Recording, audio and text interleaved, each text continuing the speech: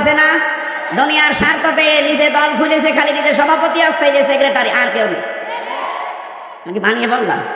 এদেশে বহু দল এরকম আছে, শুধু নিজের সভাপতি আর ছেলে সেক্রেটারি। বাংলাদেশের একটা লোক নেই। উনি যদি নিজেও এই দলটা খুলে সভাপতি হতেন, নিজের সভাপতি ছেলে সেক্রেটারি না, লক্ষ লক্ষ মানুষ পেতেন। সে বুঝে হোক আর না বুঝে হোক, এই কথা বলে না কেন? কিন্তু আকিদা খারাপ, এই জিকির করে করে এদের ওপর আপনি জুলুম করছেন, আপনি থামবেন। আমি জানি আপনার পরিবর্তন হবে না, কারণ আপনার অন্তরে মোহর মারা।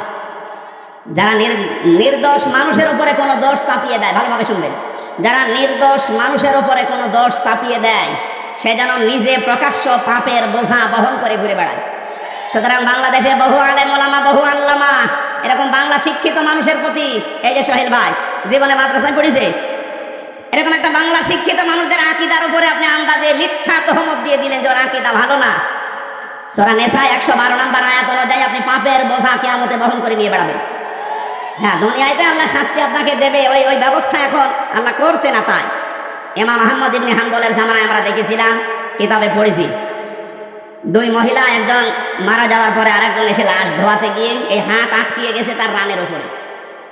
কয়েক ঘন্টা পর্যন্ত আর নড়াচড়া নেই, হাত তুলতে পারেনি। এলাকার যিনি ইমাম তাকে বলছে কি করা যায়। উনি গ্রাম্য মানুষ, ফতোয়া দিয়েছে এক কাজ করেন, জীবিত মানুষের হাত তো কাটা যাবে না, মেয়ে লোক যেটা মরে গেছে ওরা ওই জায়গায় চামড়া কেটে ফেলে। কিন্তু এমন জায়গা এই রানের উপরে, নাভির নিচে হাঁটুর উপরে, এই জায়গায় এই কাজ করলেও হতো। কিন্তু যিনি মারা গেছেন তার স্বামী বলছে না, আমার স্ত্রী মরে গেছে আর এখন চামড়া কাটবেন, মানে দরকার হয় জীবিত মানুষের হাত কেটে ফেলে।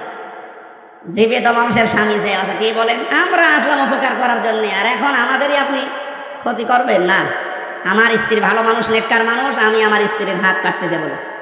আর একটু বড় ইমামের কাছে গেছে, আর একটু বড় জায়গায় গেছে, শেষ পর্যন্ত ওই দেশের প্রধান বিচারপতি ইমাম মালিক মদিনাতে থাকেন, তাকে ঘোড়ায় চড়ে প্রায় 80 কিলোমিটার দূরে এই ঘটনা নিয়ে আসলেন। ইমাম মালিক পর্দার আড়াল থেকে জিজ্ঞাসা করলেন, আমি ঘটনা বলার জন্য না, দুইটা শিক্ষা দেওয়ার জন্য, খুব খেয়াল করে শুনবেন। আমাদের এখানে বহু মানুষের এরকম গোনা হচ্ছে, তাই বলছে। ইমাম মালিক জিজ্ঞাসা করলেন, মেয়ে কি করেছো বলো? মেয়েটা বলে, ইমাম আমি কিচ্ছু করি নাই, আপনি আমাকে বাঁচান। ইমাম বলে, হ্যাঁ আমি বাঁচাতে পারি, যা যা হয়েছে তাই তাই তোমাকে সত্যি বলা লাগবে। বলে, হ্যাঁ আমি সব বলবো, বলো। আমি আসলাম বাড়ি থেকে, মেয়েটাকে চাদর দিয়ে চারদিকে ঘিরে নেওয়া আছে, তার প্রসাব পায়খানা পরিষ্কার করিয়ে আমি শুধু রানের উপরে হাত দেওয়ার সময় একটা মন্তব্য করেছিলাম।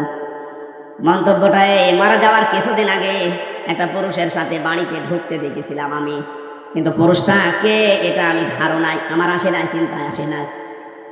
পরবর্তীতে এই যে হাত লেগে যাওয়ার পর যখন সব দিকে হইচই পড়ে গেছে, তখন তার ছেলে আর স্বামীকে জিজ্ঞাসা করা হয়েছে যে এই কাজটা আমি করে ফেলেছি। আমি কিন্তু একটা ধারণা করেছিলাম এই মহিলার উপরে।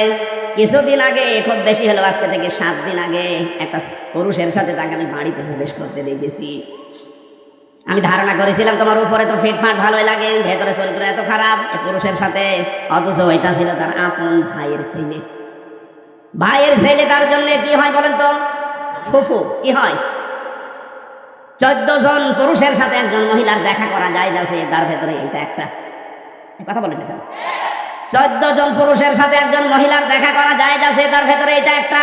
নিজের আপন ভাইয়ের ছেলে, আপন বোনের ছেলে, এদের সাথে দেখা করা ফুফুর জন্য, খালার জন্য জায়েজ নেই? বলেন বলেন। তা আমি তো পর পুরুষ মনে করে আন্দাজে ধারণা করেছি, নিক্ষেপ করার কারণে আমার মনে হয় আল্লাহ হাত আটকিয়ে দিয়েছে। ইমাম মালিক বললেন, হ্যাঁ এটা আমি ধারণা করছি। কোরআনে কারিমে এরকম একটা কথা আল্লাহ জানিয়েছেন, ওমাইয়া কাসাবা খাতিআতান আও ইসমান সুম্মা ইয়ারমি বিহি বারিআন ফাকাদ ইহতামালা বুহতানা ওয়া ইসমান মুবিনা। দুনিয়াতে এমন বহু মানুষ আছে, নিজে পাপ করে, নিজে অন্যায় করে, আর অন্যায়টা যখন সংগঠিত হয়ে যায়, যখন একটা নিরপরাধ ভালো নির্দোষ মানুষের ওপরে দোষটা চাপিয়ে নিজে ভালো সাজে, সে যেন প্রকাশ্য পাপের বোঝা বহন করে নিয়ে বেড়াচ্ছে। আমার তো আয়াত পড়ার পরে মনে হচ্ছে বাংলাদেশে বিশেষ করে 15.5 বছরে বহু মানুষ এই আয়াতের সাথে 100 ভাগ মিলে যাচ্ছে। নিজে অন্যায় করে, নিজে রাতের বেলা গাছ কাটে, নিজে রাতের বেলা গাড়িতে আগুন লাগায়, আর ভালো মানুষের উপরে দোষটা চাপিয়ে তাকে ধরিয়ে দেয়। কথা বলে না কেন? ভালো মানুষ ঘুমিয়ে আছে ঘরে, চোখ খুলে দেখছি থানার হাজতে, কি গো তুই গাছ কেটেছিস কখন?